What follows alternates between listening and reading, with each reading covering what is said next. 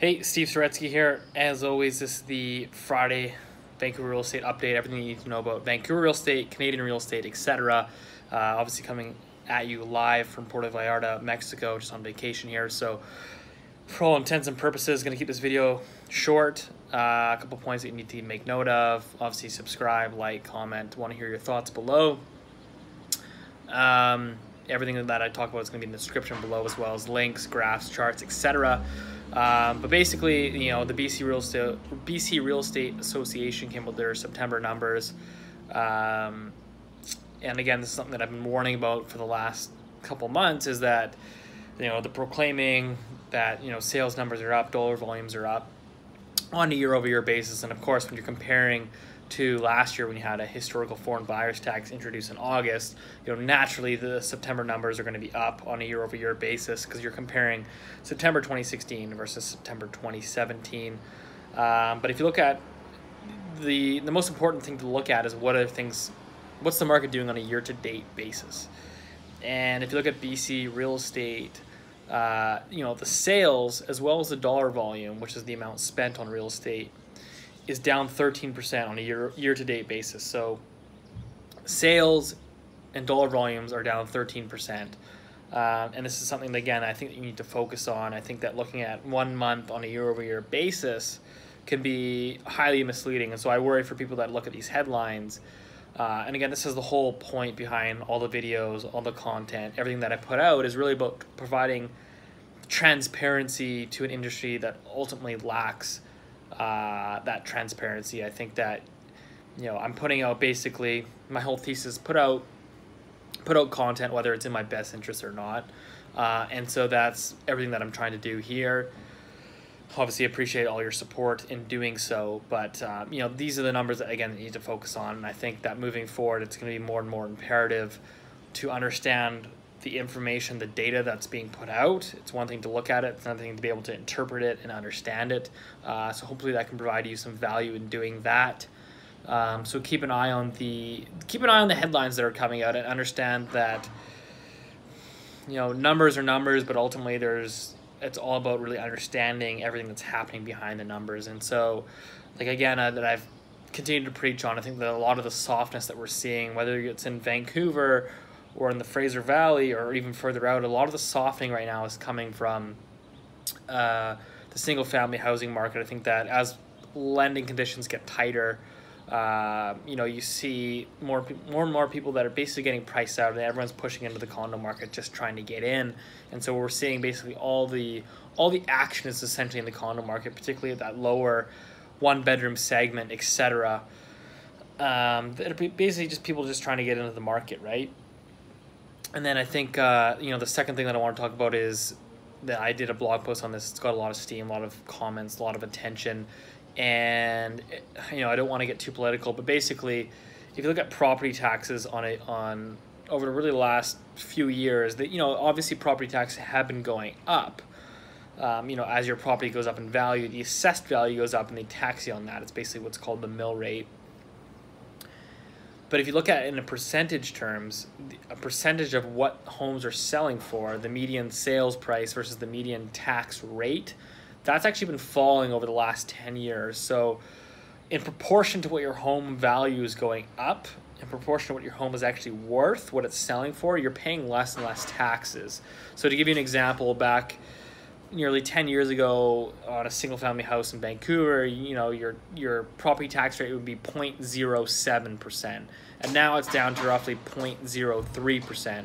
So yes, obviously you're paying more in property taxes because your value is up. Ultimately, as a percentage of the value, you're paying less and less and less, and that continues to go down.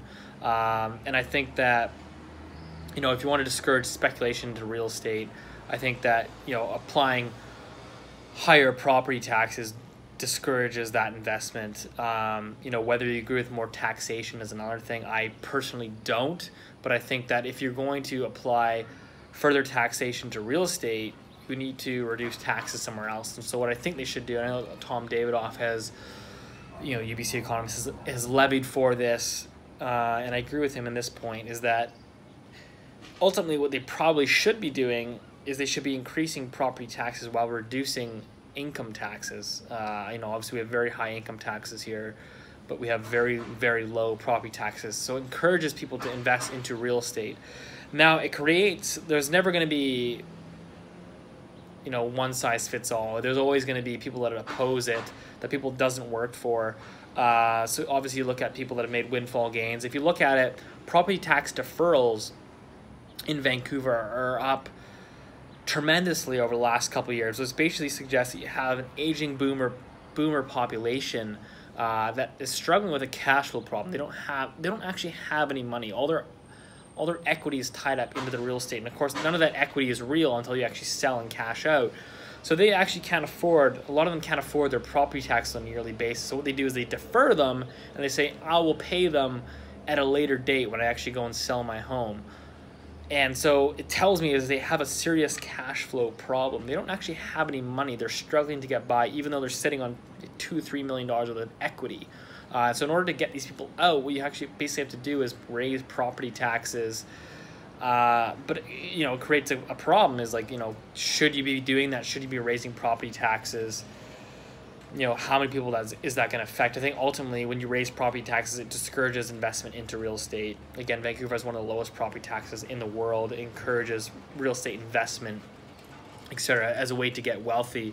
But the thing is, you've trained people for so many years that this is the way to get wealthy. Is like now if you start reversing it, it creates a lot of people, problems moving forward. Is that, if you're to let's just say hypothetically double your property taxes, that's going to have an impact on prices. That's ultimately going to reduce prices to some degree.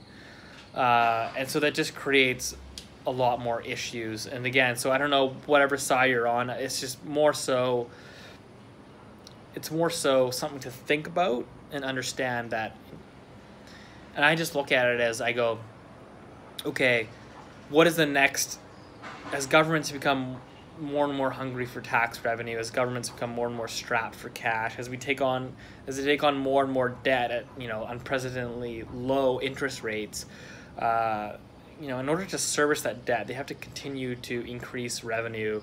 And so when you have an economy that's so heavily dependent on real estate, their tax revenue has been pretty good because they had such good success in real estate over the last couple of years where they've created this windfall gains out of real estate. But, if you have that reduced, where does that all come from? And so I just look at it as they're going to basically, I think, personally, this is just my belief. Now, I know some people disagreed. So I think that governments are you can't really tax incomes much more. I mean, you have I think everyone's just is so taxed. There's no money left to take home right now. And so what are they going to do next in terms of what is the next government source that they're going to tax? And I think they're going to go after real estate. I think that, if you look at it, it's already happening. You have more and more taxation coming. Foreign buyers tax, vacant homes tax. You have many people that are lobbying to get in. We have Vancouver has election coming up for the next city council. Many of these people that are trying to get elected are proposing a mansion tax. They're proposing basically a tax on wealthy homeowners. They want to tax these people that have $2-3 million properties. They want to increase the property taxes. So you can see they're already lobbying for it. And so I think regardless whether it's next year or 2, 3, 4, 5 years down the road, I think that taxation of real estate in Vancouver is going to be, I think it's going to be the next play in terms of you can't really increase income taxes much more. I think the middle class is already getting destroyed. I think they're going to go after property taxes. It's an immovable asset. It's tied, it's fixed to the land.